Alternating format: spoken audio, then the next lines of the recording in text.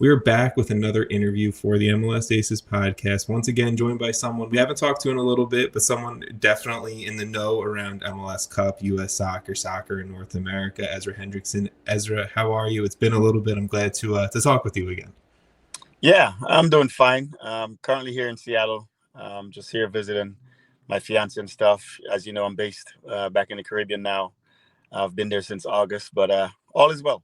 Good. I'm glad to hear it. And last time we did chat, obviously a little bit of a different time, right? You were the manager of the Chicago Fire at the time, now manager of your home nation, St. Vincent and the Grenadines. How has that experience been? You were previously an assistant there. Now you're coming back, full-time manager, having a lot of success on the field, I might add as well.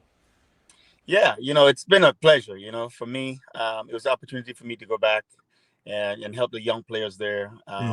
There are a lot of talented players, but the team has not been very successful. But these players really just needed some coaching and some confidence, and it's been going well. We've played 6 games so far. We've only lost one. Was able to beat El Salvador, which was a big win for us. Yeah. Probably should have won both games against them, but football sometimes doesn't turn out the way you expect or according to the run of play. But we put ourselves now in a good position where we're in a playoff, home and away against Jamaica to make it to the Gold Cup. This is something my country has not done since I played back in 1996 for my country. So it's been almost 30 years, and hopefully, I'm able, we're able to get them back to the Gold Cup this summer. I mean, it has been, only 6 games that you've been leading this team, right? But it's been an incredible 6 games. You mentioned it. You guys finished second in your group in Leagues Cup B to qualify for this preliminary round for the 2025 Gold Cup. You do have a tough draw against Jamaica. Jamaica is one of the most talented teams that we see in this region. What's the mindset, first of all, as manager going into a 2-leg game draw, against Jamaica? And then obviously you mentioned it, right? The history hasn't been there in recent time. What would it mean to you if you could be the manager leading these guys out on the field to bring this team back to a Gold Cup?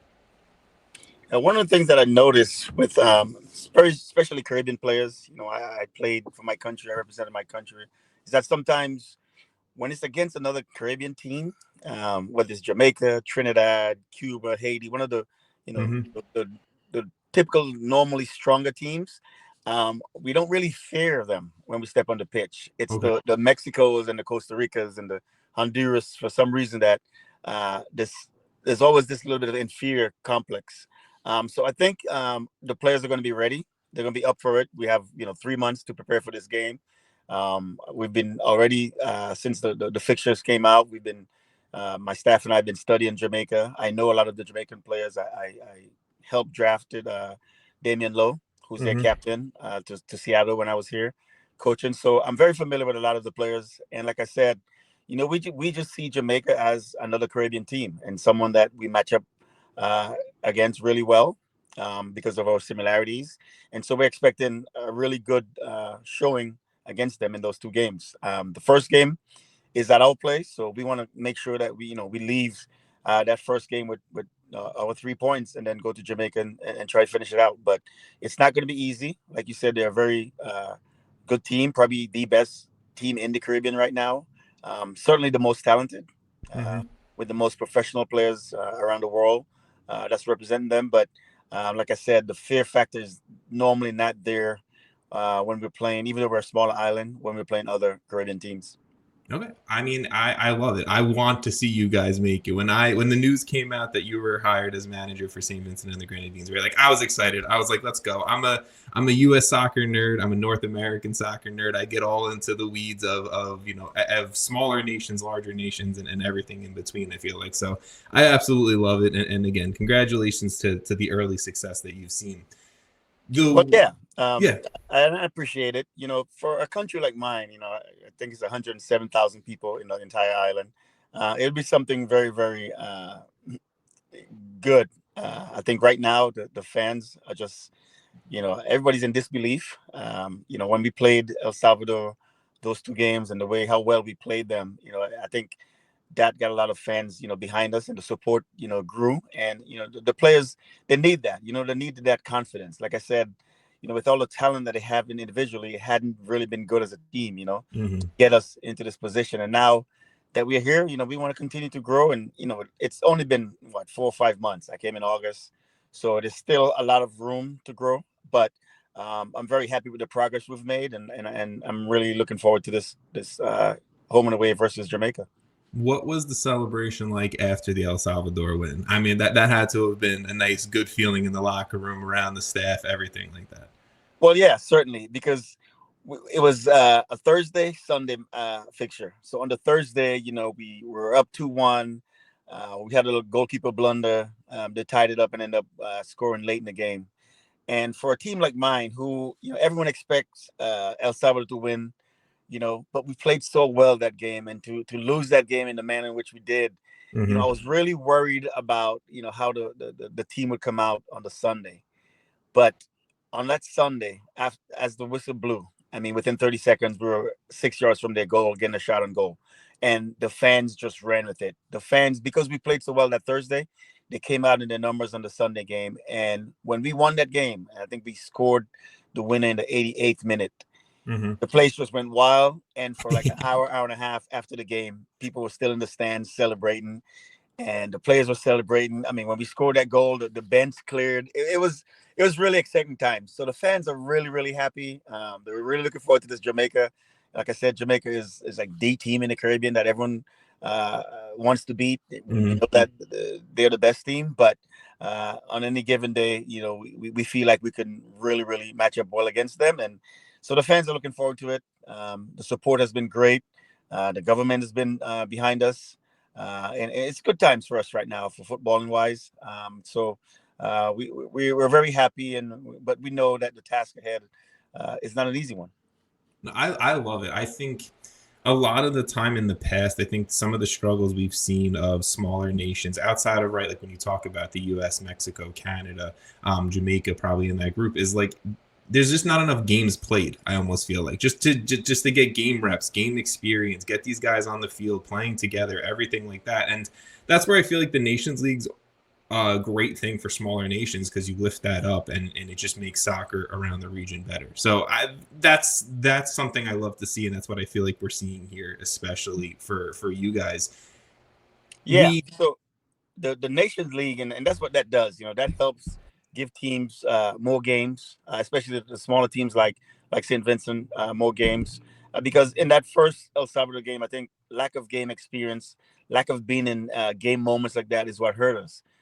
So we're up 2-1, and we're not killing time. We're trying Mhm. to still play a fast game, even though it's the 70 something minute. When they scored to go up to tie 2-2, they started, standing in front of the ball, kicking the ball away. They were happy to go away with the tie. And that's the difference between El Salvador and a St. Vincent, where the players playing professionally in El Salvador have been in these moments before, have been in these situations before, so they know how to kill off a game. Yeah. Whereas we suffered from that naivety. We lacked that game experience, knowing how to, close out that game. And so more games we play, the better it is. So between now and when we play that first game against Jamaica on the 21st of March, we need to get 3 or 4 friendlies in, so to help, gain some more experience before that big clash.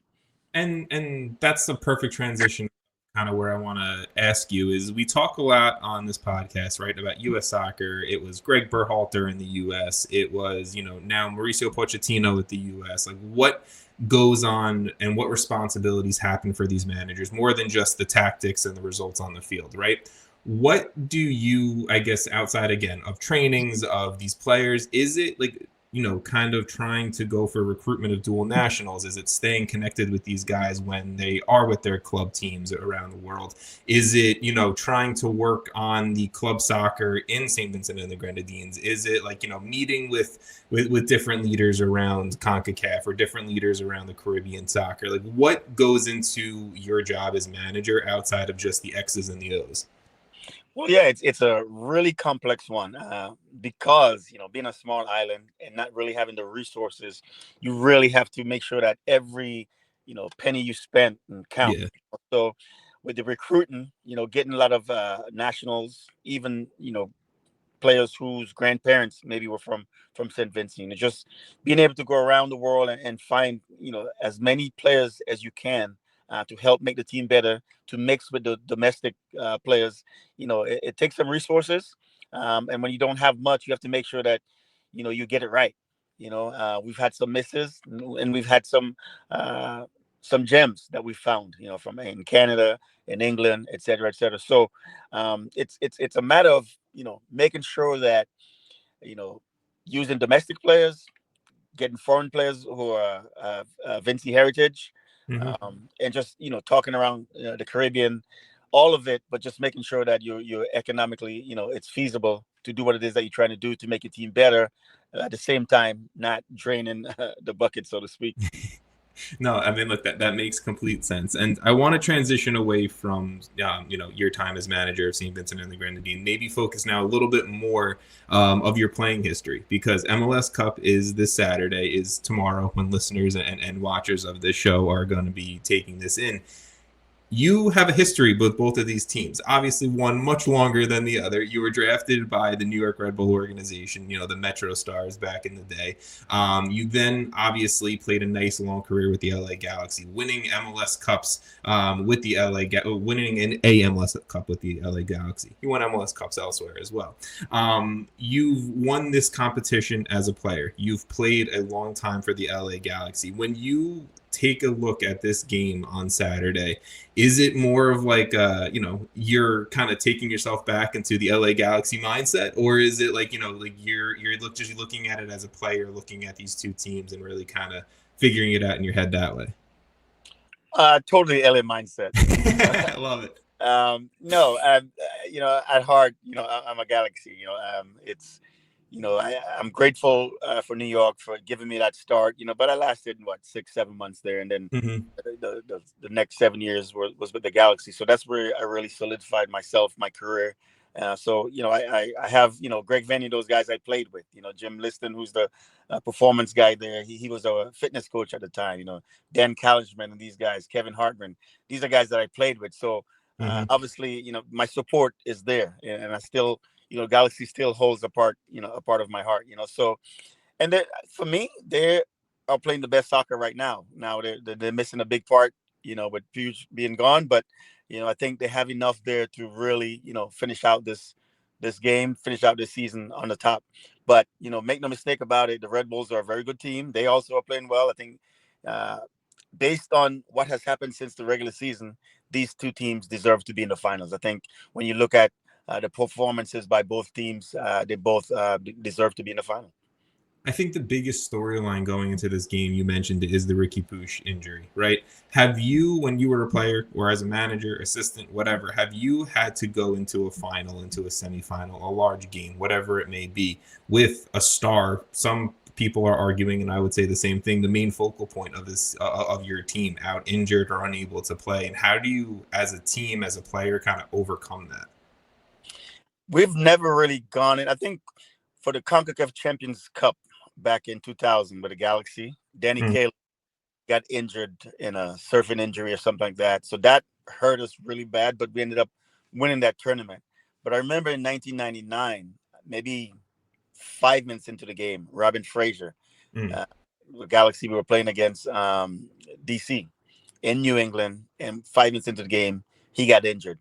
And so that changed, our entire game. And I think that cost us that game, having to lose. He was our captain. He was our mainstay in the defense. And I think we just didn't adjust properly or quickly enough during the course of that game. And we ended up losing that game 2-0. So I think that was probably one of the biggest thing I remember as far as leading up to a final or being in a final and having it being affected by losing a star player. How do you, maybe now you can look back at it with a lot more soccer experience on your belt. How do you overcome that? Or how, if you're a manager, how are you trying to maybe kind of, get the message across to your players to overcome something like a Riqui Puig injury or Robin Fraser going down or something like that? Well, I think one of the things you want to do as a manager is just make sure you have a deep enough team. You want to make sure that you have enough players that if you're missing to someone, or if someone takes an injury, 5-10 minutes into a game, that the replacement is not a big drop off. So Mhm. the depth of your team, how you build your team, is a very big part of that. And then mentally, players just have to be, strong to know that yes, we've lost our captain, or yes, we've lost our star player, but we still have enough within the team to go out and do a job. If you look at my team in Chicago, I think that's one of the things that we really didn't have. Is that depth. I think that's one of the things that we suffered from, even in games without injuries. Having to make um, substitution and stuff late in games. There just wasn't a deep enough team that I think that Mhm. cost us a lot of games. Even though we didn't lose many of those games, a lot of ties that we ended up having was from that lack of depth. So that's something that, as a manager, you really, really need to have, because in game states, late in games when you have to make decisions, you want to make sure that there's not a big drop off. And then in case there are injuries, you want to make sure that your team is deep enough. So I think, but I think the Galaxy is a deep enough team. I think Greg has done really well with his staff, putting together a very, very deep team. Probably the deepest team in the league right now. When you look at, I saw Bruceman and Mikey, what's his name, coming off the bench the other day. I'm Yeah. thinking that's nice to Mikey Delgado. I'm like that's nice to have. Where you take out two guys and bring in two guys that don't miss anything. So I think that they're going to be fine. I think it's definitely a big loss losing him, but I think the Galaxy will be fine. I mean, look, I've been saying it too. Like, it's nice to have a guy in Marco Royce who was just playing in a Champions League final a few months ago as well. Probably, Yes. hopefully, stepping into this role for Puig. But I mean, look, it to me almost seems set up for the Galaxy to kind of control their own fate in this game. When you look at the Red Bulls, though, you mentioned it, right? This is a team that I think they have every opportunity to kind of cause the upset, to take home their first ever MLS Cup. And I think a lot of that is centered around Emil Forsberg. What do you look at when you see this team? Is it typical Red Bull, or is it maybe something a little different this year? I think they have a little bit more flair this year. I agree. I think when you look at the Red Bulls of past, it's possession wasn't really something that they cherish. It's give you the ball, press you, step up, try to win it back close to your goal, and attack you. I think now you see a little more build up. You see a little more flair, and it's going to be a very good game. It's going to be a really, really good game, and the Red Bulls are playing very, very good football. I watched them throughout the playoffs. I mean, no one expected them to get past Columbus, and what a job they did there, so, and then to go into Orlando and do that and come out there with a victory. It's a team that you can't really take your eyes off, Yeah. because they're playing very, very good football. So are the Galaxy. So I'm looking forward to a really good game. I'll be there. I'm heading down tomorrow. So I'm expecting a really, really good final on Saturday. I love it. I love also. I'm assuming the Galaxy are bringing in a few legends into the game to have a nice little celebration, maybe post and pre-game. So I love it. I love that you're getting down into the game as well. Yes. My final question that I want to ask you, and then you've been great with your time, so I appreciate it, is you were obviously an assistant manager with the Columbus Crew during, one of their recent MLS Cups, the 2020 MLS Cup. Obviously, the 2020 season, a little bit different than most seasons we've seen around, global soccer in history. But what does that week look like from a coach's point of view and a manager's point of view, leading into the league title game, right? Into the biggest game of the MLS calendar year. What goes into it for you guys as a coaching staff, and what goes into it, trying to make sure the players are, mentally ready leading up to it? Yeah. So at this point of the season, it's really fine tuning. It's really fine tuning. You learn who your opponent's going to be the week before, so you have a week to prepare for that team. But it's mainly about you. How can you fine tune your game plan, how you want to play. Maybe you tweak some things based on who the opponent is, but for the most part, it's about fine tuning your team and making sure that you guys are hitting on all cylinders. One of the biggest things that you have to worry about, though, is the distractions. So tickets, Yeah. usually as an assistant, I always heard, my head coach, whether it's Ziggy or Caleb, or whatever, say, listen, by Wednesday, make sure you guys have all your tickets sorted out. We don't want to be Friday night running around looking for tickets, trying to find hotel rooms for family members, et cetera, et cetera. So trying to get that distraction taken care of early part of the week and focus in and fine tuning your game plan, I think it is the best route in that week leading up to that game. Because, this late in the season, it's not much more you can add as far as, how you're going to attack or how you're going to defend it. It's all about fine tuning and making sure that everyone's on board, everyone understands their roles. So you go out and implement that on Saturday. I know I said final question. Now, really final question. Who do you think takes home the cup come Saturday afternoon in LA? I think the Galaxy gets their 6th. There you go.